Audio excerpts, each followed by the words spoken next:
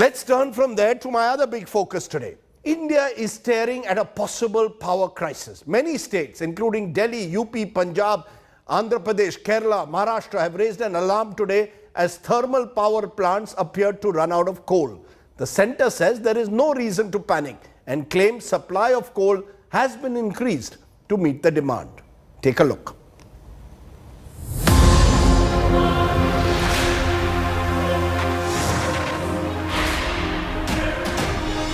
India is staring at a major power crisis. Rural areas of the country are facing disruption in supply of electricity. Villages in Uttar Pradesh's Mirzapur claim they are getting only 8 to 10 hours supply in a day.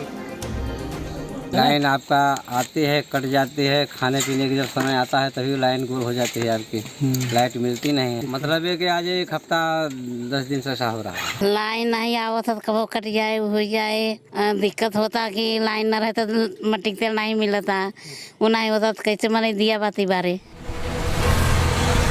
Same is the situation in Chitrakoot district.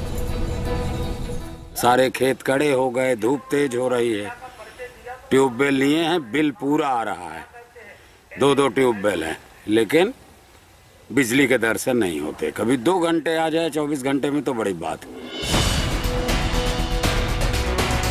The National Thermal Power Corporation, or the NTPC, is the largest producer in India. Most of its plants are running at 55% capacity. The reason? Shortage of coal. Many states claim they will face blackouts if the centre is unable to ensure supply of coal. Chief Ministers of Delhi, Punjab, Andhra Pradesh, Karnataka and Uttar Pradesh have written to the Prime Minister for help.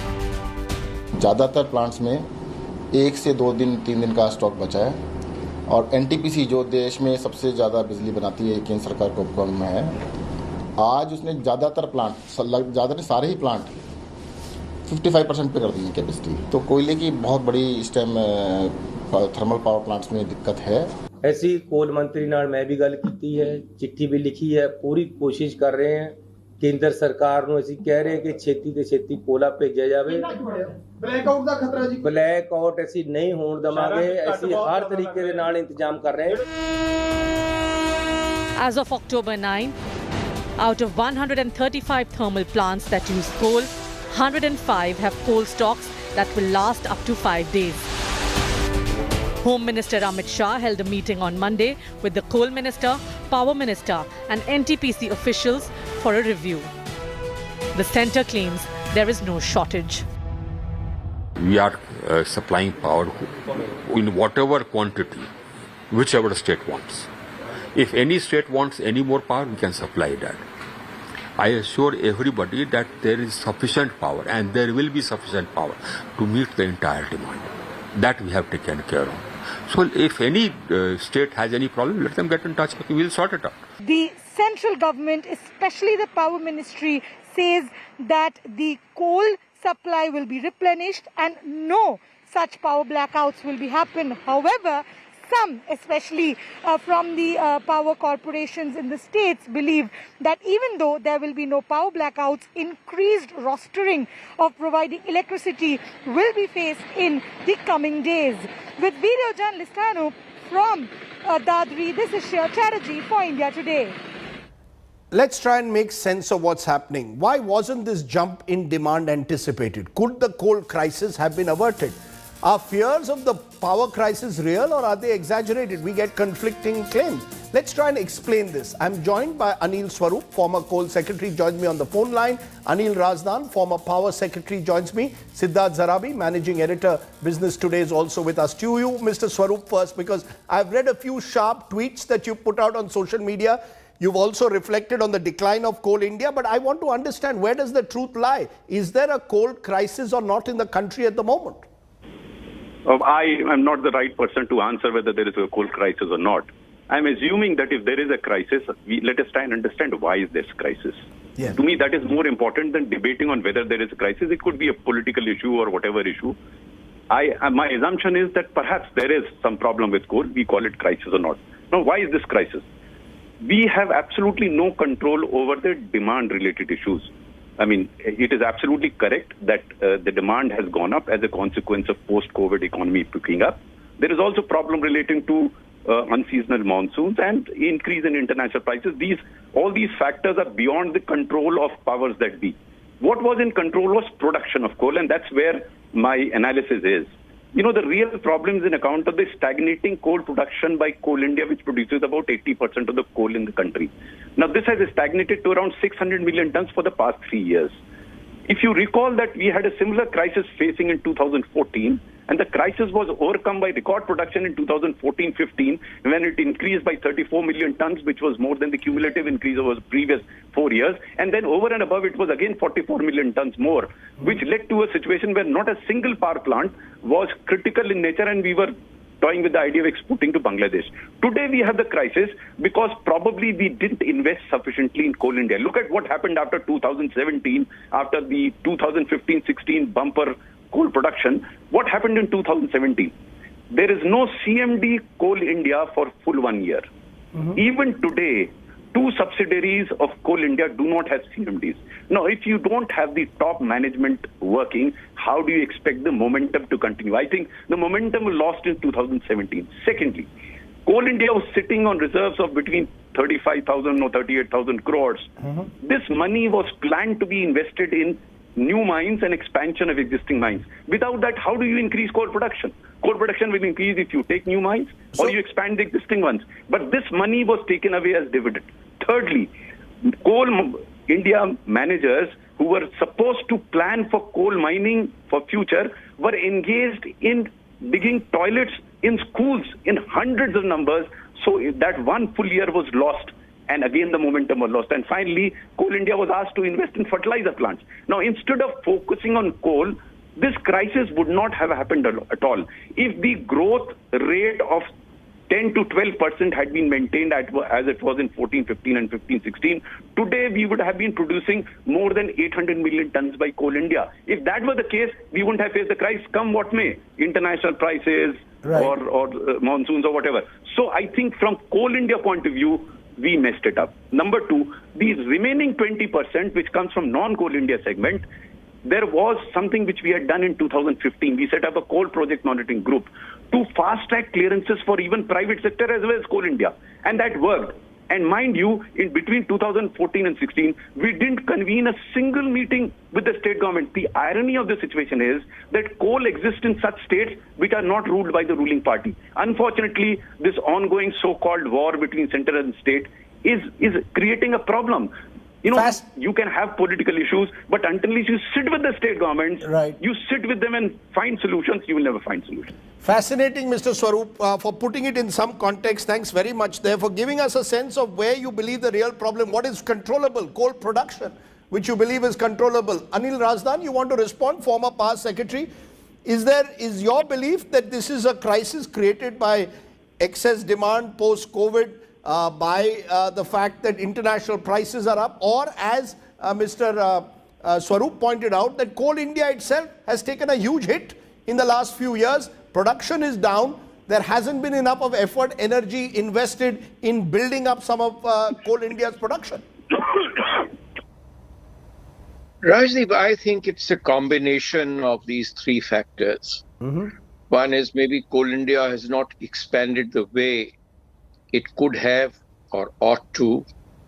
Number 2, COVID situation had put a lot of things in limbo, and activity was low. So there was some degree of dysfunction, I think, and maybe some degree of complacency also set in, not being very certain about this thing. And third is, you see, the international prices of coal have spurted, and those who were importing coal, which at one stage used to be lower when I was Power Secretary in price, and that's why we had planned the coastal ultra mega projects and other power stations.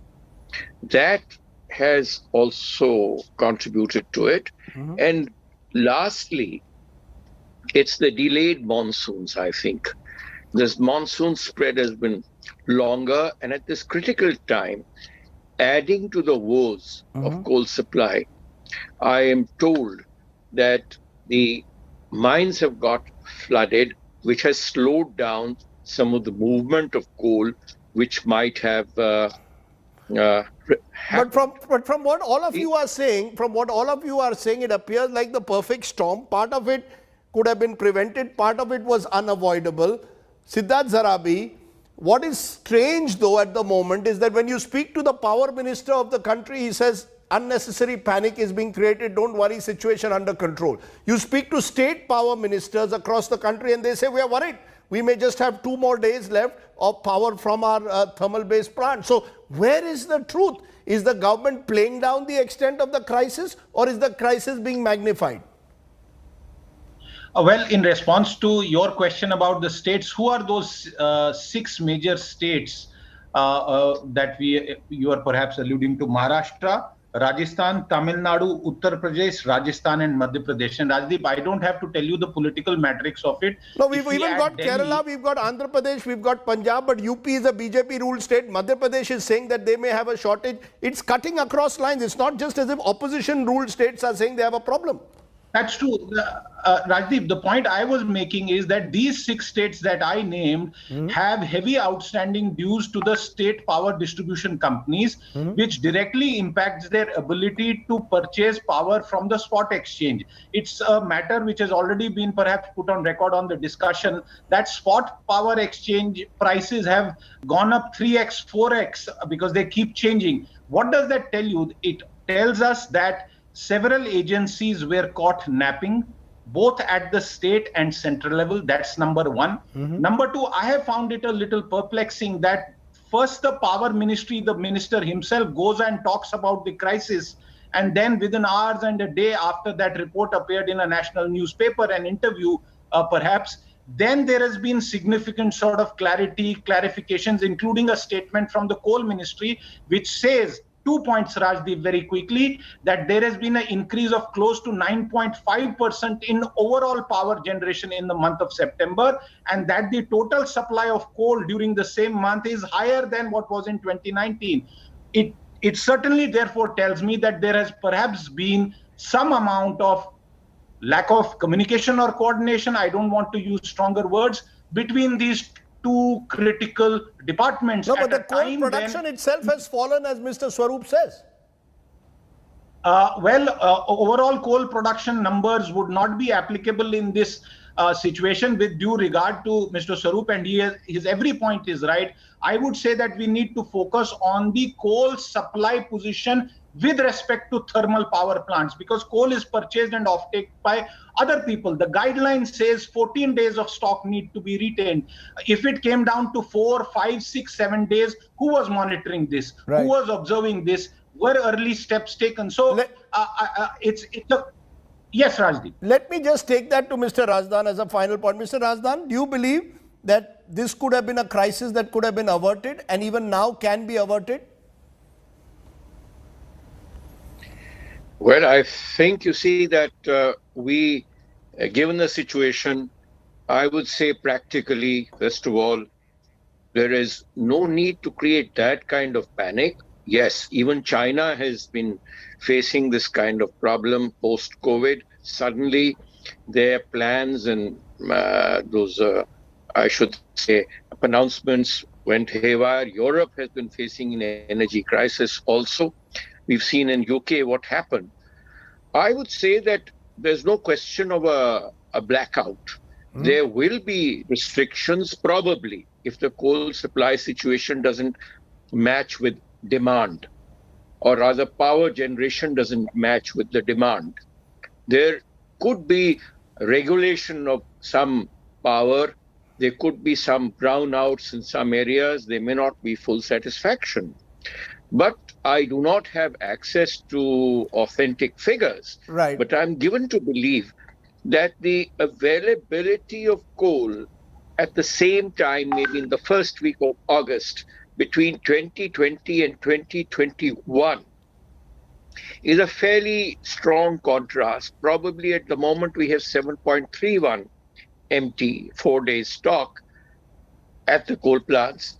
And I think the previous year it was probably 33.7 and 19 days stock.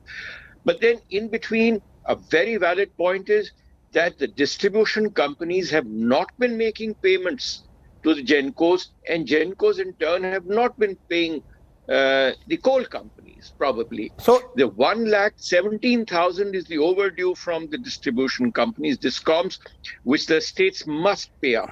And to the coal companies, I think 20,000 crores is overdue. These are not small amounts, and those people cannot pull this money out of the sky. So therefore, in a way, money must go back. In a way, the chickens have come home to roost.